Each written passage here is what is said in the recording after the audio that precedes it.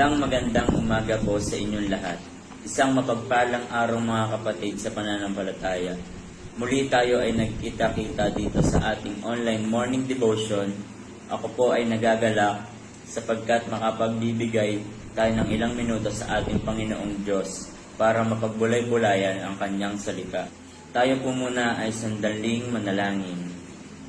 Diyos ko, iniibig ka namin at isinasamba ng buong puso at kaluluwa.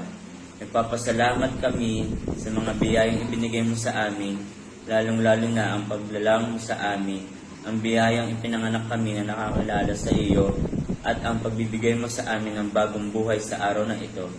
Paglilingkuran ka namin ngayon at itulot mong tuparin namin ang lahat ng aming gawain ayon sa iyong kalooban.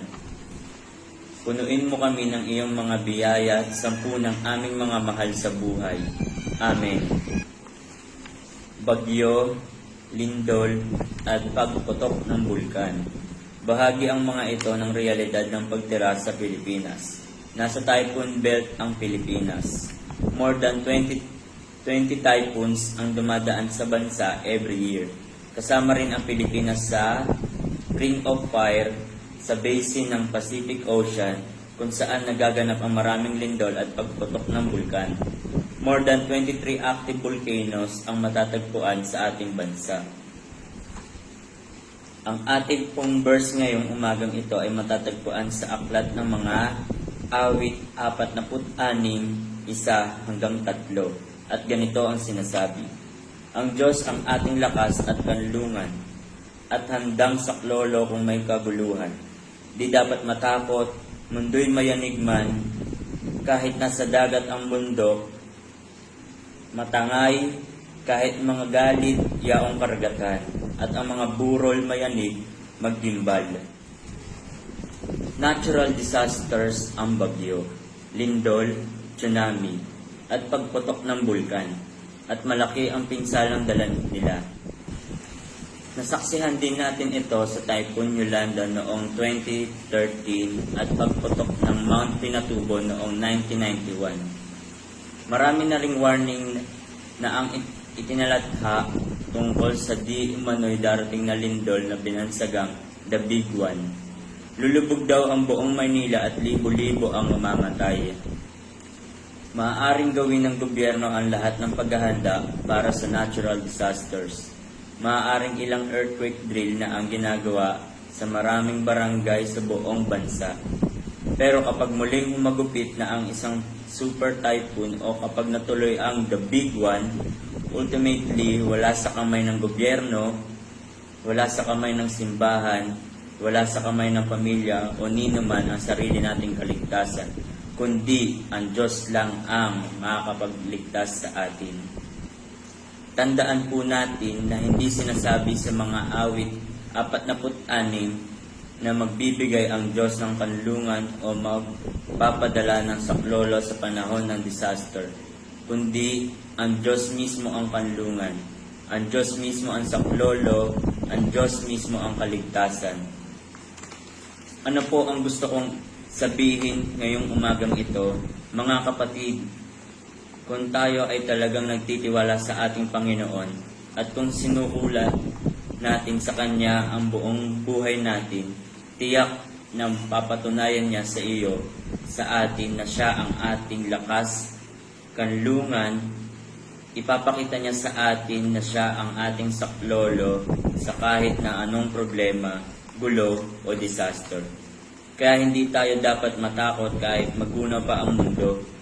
Kahit sarili nating kamatayan, hindi dapat katakutan.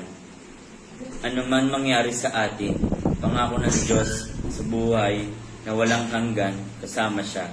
In His presence, there is no fear. Amen. Good morning po, kamusta na po kayo? Ngayon po ay Monday, Lunes Santo. Salamat sa ating kapatid na Levi na nag-render ng kanyang morning devotion para sa umaga nito. Tayo dumako sa prayer time, tayo manalangin. Aming Diyos na makapangyarihan sa lahat, salamat po sa umagang ito ng Lunes Santo. Isa na namang edisyon ng morning devotion ng pinagkaloob mo sa bawat isa sa amin sa pamamagitan ng anak na si Levi. Nawa ang aming napakinggan ay magsilbing kalakasan, inspirasyon, katatagan sa bawat isa sa amin upang makapagpatuloy kami sa aming paglilingkod sa sanglibutan ito. Ngayong pong Holy Week, tulungan niyo po kami na ma-celebrate namin ito ng naayon sa iyong kalooban. Maalala namin ng iyong pagpapakasakit, yung iyong paghihirap sa krus ng Kalbaryo, at magsilbing inspirasyon ito at motibasyon upang makapagpatuloy kami sa paglilingkod. Huwag niyo po kami pababayaan sa kabuuan ng araw na ito. Ingatan niyo po ang aming buong pamilya, ang aming mga anak, ang aming mga mahal sa buhay. Ganon din po ang mga kapatid namin na papasok sa tanggapan, opisina, paaralan na kanilang kinabibilangan. Pinagpipray ko rin sa iyo ang mainit na panahon. Ingatan niyo po kami, huwag niyo po kaming pababayaan. Tulungan niyo po kami, Panginoon, at nawa maramdaman ka namin ngayong Holy Week, hindi lamang ngayong Holy Week, kundi sa araw-araw ng aming mga buhay. Maraming pong salamat. Bless niyo po ang CMC family, ang aming celebration ng Holy Week, ang aming washing of the feet at Holy Communion sa Thursday, ang 7 last words sa Friday, at ang sunrise service sa Sunday. Marami pong salamat. Ito po ang aming panalangin sa matamis na pangalan ni Jesus na aming Panginoon. Amen. Ayan, natapos na naman tayo para sa ating morning devotion para sa umagang ito. Ngayon po ay Lunes Santo at nawa may paglingkod natin ang ating buhay na may katapatan sa ating Panginoon. Magandang umaga po sa ating lahat. Wala po dito sa Crossroad United Methodist Church. God bless everyone. Paalam!